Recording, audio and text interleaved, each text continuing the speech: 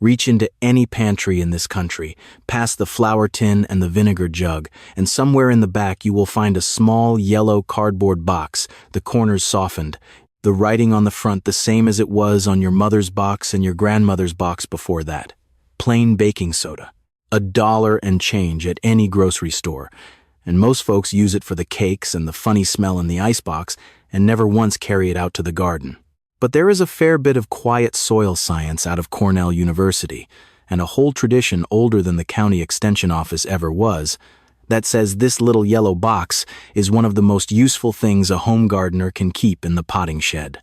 The truck farmers down in the Texas Hill Country knew it, and the plant pathologists at the land-grant colleges have quietly confirmed most of what those old-timers were already doing. Yet you will not see it stocked on the garden center shelf, and you will not read about it in the glossy spring catalogs that come through the mail every February. There is a plain enough reason for that, and I will get to it before we are done. So here is what I want to lay out for you. 10 uses for that little yellow box. 10 methods you can put to work this same weekend. Methods that cost you pennies apiece against the $20 and $30 the store asks for the same job. Uses the old people leaned on before the color-labeled sprays and the sealed foil packets took over the market. The first one, and the one that will save your zucchini and your cucumber vines this July when the gray dust starts creeping across the leaves like a light frost, comes straight out of a research paper at Cornell in the 1980s, and it is so simple you will mix it at your kitchen sink in less time than it takes to make coffee. But before I get to that, one plain word about safety. Baking soda is sodium bicarbonate, which means the sodium in it is a salt, chemically speaking.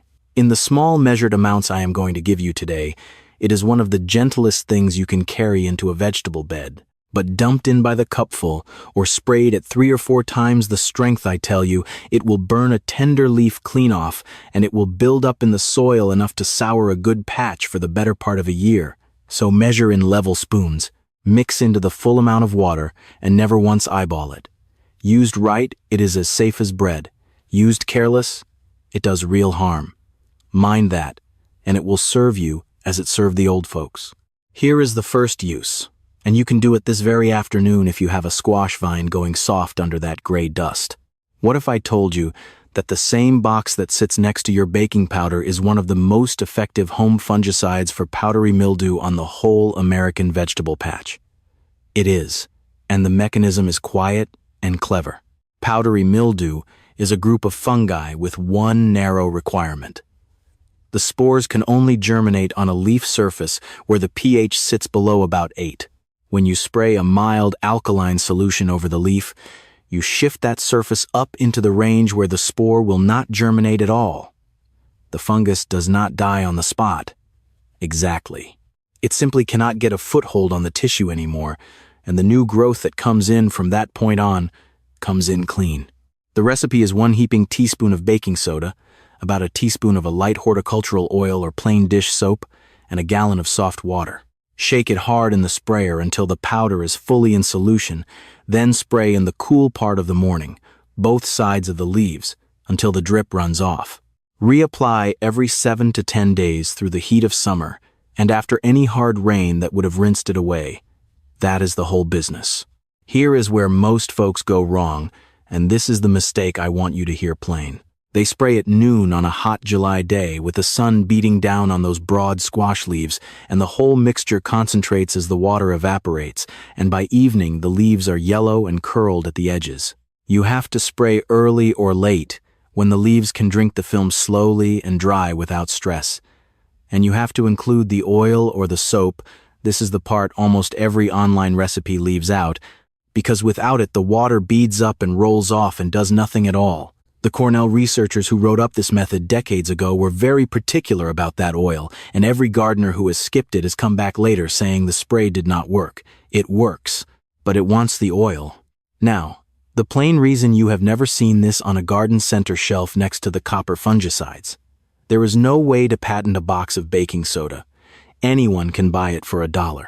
No company has any reason to spend money advertising a method it cannot own, and the copper spray and the sulfur dust and the synthetic fungicide sit on the shelf, making somebody $11 a bottle.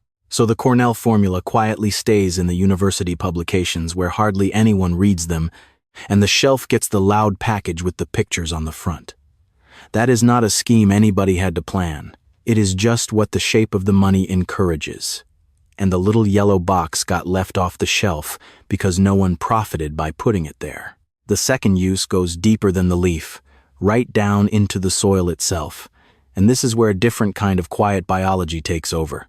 If the mildew spray works on what you can see above ground, this second use is about the whole invisible city that lives below your boots.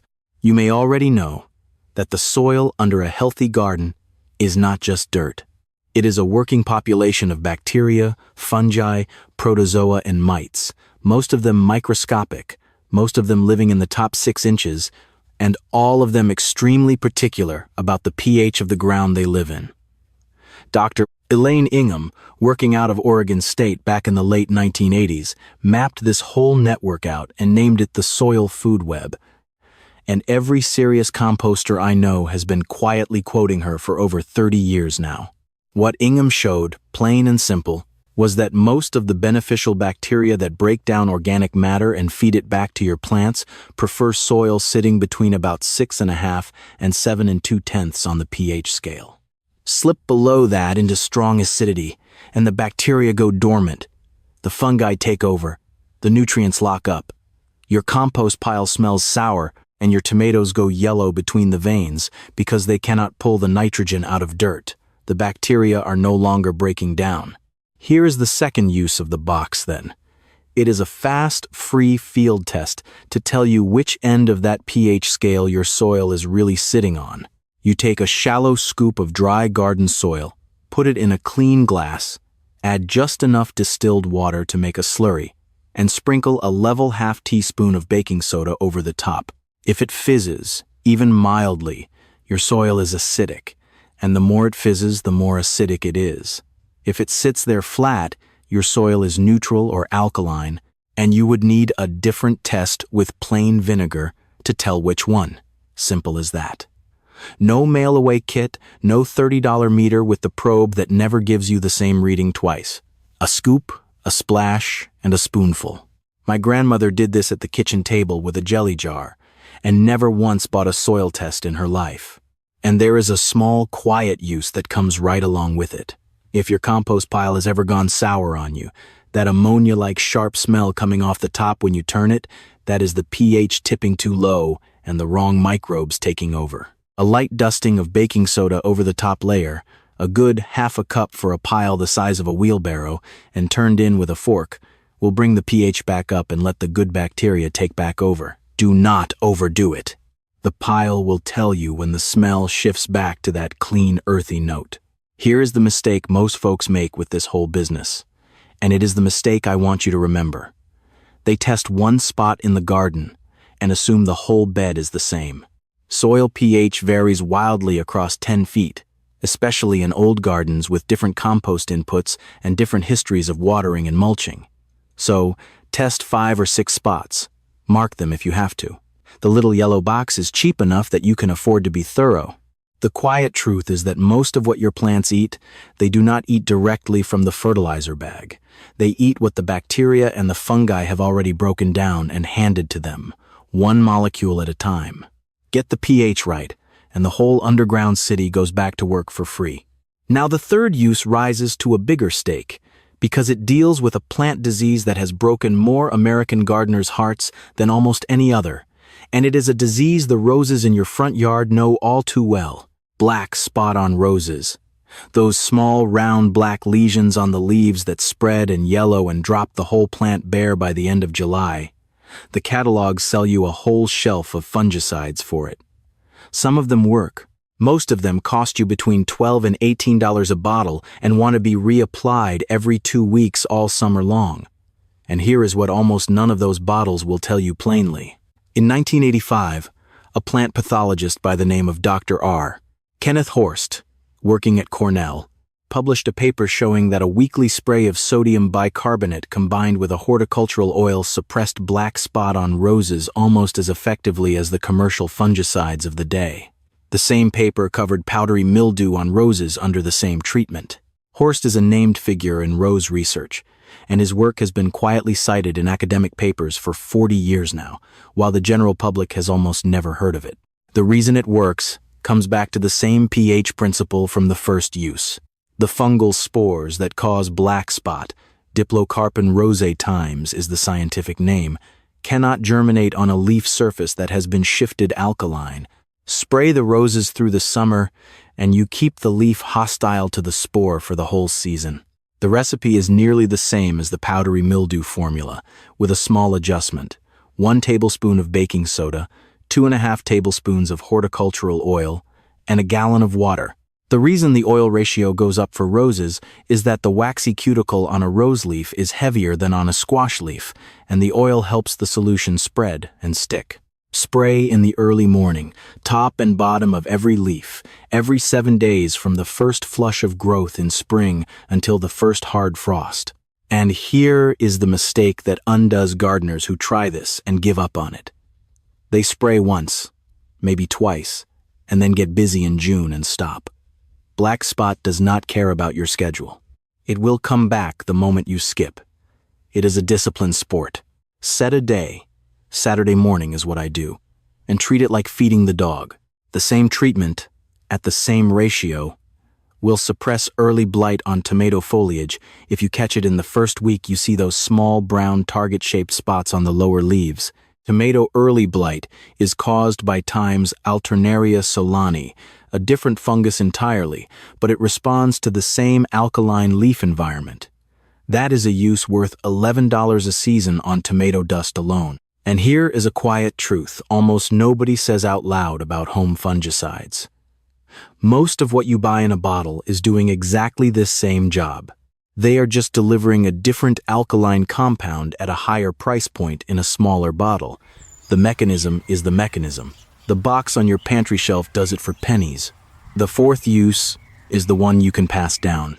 It is a small kitchen-made powder that keeps a whole garden bed protected from cabbage worms and aphids and the ants that farm those aphids, and it uses 4 ingredients you already have in your cupboard right now.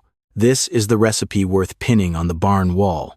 Take 1 cup of plain baking soda, add 1 cup of plain white flour, add half a cup of yellow cornmeal, add 2 tablespoons of dried cayenne pepper, ground fine. And if you want to push it up a notch, add 2 tablespoons of dry mustard powder.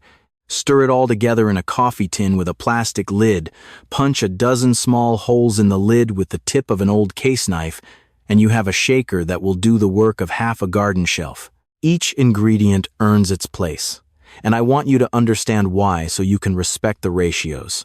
The baking soda alkalizes the surface of any leaf it lands on, same principle as before. But on this scale, it also disrupts the soft-bodied caterpillars like the imported cabbage worm, the little green ones that riddle your cabbage and your broccoli.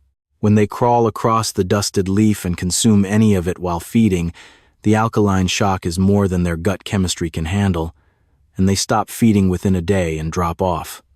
Not immediate, but definite. The plain flour does something different and unexpected. It sticks to the aphid's body and dries their soft outer layer out, the same way diatomaceous earth does, but slower and gentler on the beneficial insects that visit briefly and fly on. It is also the carrier that keeps the whole dust settled on the leaf instead of blowing off in the first breeze. The yellow cornmeal is the piece that puts this recipe in a class of its own, and it targets the ants. When a foraging ant takes a grain of cornmeal back to the nest to feed the colony, the ant cannot digest the carbohydrate properly. The colony feeds it to the young and to the queen, and the whole nest goes into a slow starvation over about a week. This is the same principle as the old borax and sugar bait, but with a food source instead of a chemical salt, and it is safer around the chickens and the barn cats sniffing around the beds. The cayenne pepper deters mammal browsers, the rabbits and the groundhogs and the raccoons that will nose around a cabbage bed at dusk. It is not a killer. It is a keep-out sign in a language they can read. And if you added the dry mustard, you have thrown in a mild fungicidal note as well. I know it sounds strange to put a spice in a pest powder, but stay with me. Mustard contains compounds called glucosinolates that release isothiocyanates when they hit moist ground. and those compounds are unfriendly to a number of soil-borne fungi. It is not going to cure a bad infection, but it will nudge the neighborhood in the right direction. Here is one thing the internet gardening world gets wrong about this recipe, and I want to set it straight. You will see forum posts and Facebook comments telling folks to add table salt to the mix for extra pest kill. Do not do it. Any salt in this powder will carry down into the soil with the first rain and do the exact damage I warned about at the top of this video. There is no salt in this recipe. There does not need to be. The baking soda is already all the sodium the plant can safely handle. Shake the powder lightly over the tops of cabbage, kale, broccoli, and any young transplant that a slug or a caterpillar might attack. Do it in the morning while the dew is still holding, so the powder catches on the leaf. Reapply after any rain heavy enough to rinse it off. Miss Loretta, up in a holler outside Boone, North Carolina, who has been growing her own strain of Georgia collards from a jelly jar of saved seed for over 50 years, keeps a coffee tin of this shaker mix on the porch railing all summer. She told me she has not lost a cabbage head to worms since the drought summer of 1988. The mistake that undoes most gardeners on this fourth use is impatience. They dust once, see a cabbage worm still moving the next day, and reach for a spray bottle. Give it 48 hours. The worm will stop feeding first, and then it will die. You are not watching a knockout blow. You are watching a slow shift. The plant wins. The fifth and final use of the day takes us back further than any of the others, back before the Extension Service ever printed a bulletin, back before the county agent ever visited a farm, back before the color-labeled bottles ever sat on a shelf. This is the oldest use of the yellow box, and it is the one my grandmother's mother knew and never bothered to write down because everyone in her time already knew it. If you have ever bought a fresh bouquet of zinnias or dahlias from a farm stand in August, tied them up with twine, brought them home, and watched them go limp by the third day, you have run into the plainest home problem there is. Cut flower stems, sitting in a vase of tap water, get colonized by bacteria within about 24 hours. That bacterial film seals off the vascular channels in the stem, and the flower dies of thirst even with its base sitting in water. A pinch of baking soda in the vase water, no more than a level quarter teaspoon per quart, gently shifts the water pH high enough that the bacteria cannot multiply as quickly. Change the water every 2 days, snip the stems on a fresh angle each time, add another pinch, and your cut flowers will hold twice as long as they otherwise would. That is a use the flower vendors do not want you to know about, or rather, do not have any reason to teach you, because they would rather sell you the little packet of clear preservative that comes stapled to the ribbon. The preservative works, but it is mostly citric acid and sugar and a mild antibacterial, and the pinch of baking soda does most of the same job for a fraction of a cent. And there is one more small use tucked in with this, one my grandfather used every March. If you have terracotta pots that have gone crusted white on the outside from years of watering and mineral buildup, take a scrub brush, dip it in a paste of baking soda and water, and scrub the whole outside of the pot. That white crust is calcium and magnesium carbonate deposited from the water. The baking soda gently lifts it off without acid etching the clay. Rinse, dry them in the sun, and your pots go back on the porch looking like new. The old-timers used baking soda for this in the 1800s, when it was still called saleratus and came in a paper twist from the general store. The shakers up in New England kept a jar of it in every kitchen and every potting shed. The colonial homesteads used it before there was a national grid or a mail-order catalog to sell them anything else. And the plain fact is that modern soil chemistry has confirmed almost every use those old people relied on. The pH shift on the leaf surface, the mineral scale removal, the bacterial suppression in vase water, the alkaline soil correction, all of it was known by people who had never seen the inside of a chemistry lab, and all of it works exactly the way the old folks said it worked. Here is the mistake worth calling out on this last use. Folks assume that because a method is old, it must have been improved on since. Some methods have been. Most of them have not. What has changed is the marketing around them, not the science underneath them. The soil is the same soil it was 200 years ago. Bacteria still colonize a stem the same way. A cabbage worm still cannot digest a pH of 9. The old people were not primitive. They were practical, and their pantry did the work of a whole aisle at the garden center. So, there are your 5 ways with a yellow box. The Cornell mildew spray on your squash and cucumbers. The fizz test for your soil pH and your compost pile. The Horst formula on your roses and your tomatoes. The shaker powder against cabbage worms and aphids and ants. And the pinch that keeps your farm stand flowers standing on the kitchen table. The next time you reach for the baking soda to freshen the icebox, pause and look at that box a second longer before you set it back on the shelf. Almost every use in this video sat on that shelf all along, waiting for someone to remember why grandmother kept 2 boxes instead of 1. The people who built these gardens, who raised whole families off half an acre in the hollows and the river valleys, worked from their pantries first and the store second. There is a small, quiet freedom in that, in seeing your own kitchen as the place you look before the catalog comes. If this helped you today, send it to somebody you know who is still buying the $11 bottle when the yellow box is already under their sink. That is all I ask. The old people were not fancy. They were free, and their freedom fit in a box that cost them $1 and change.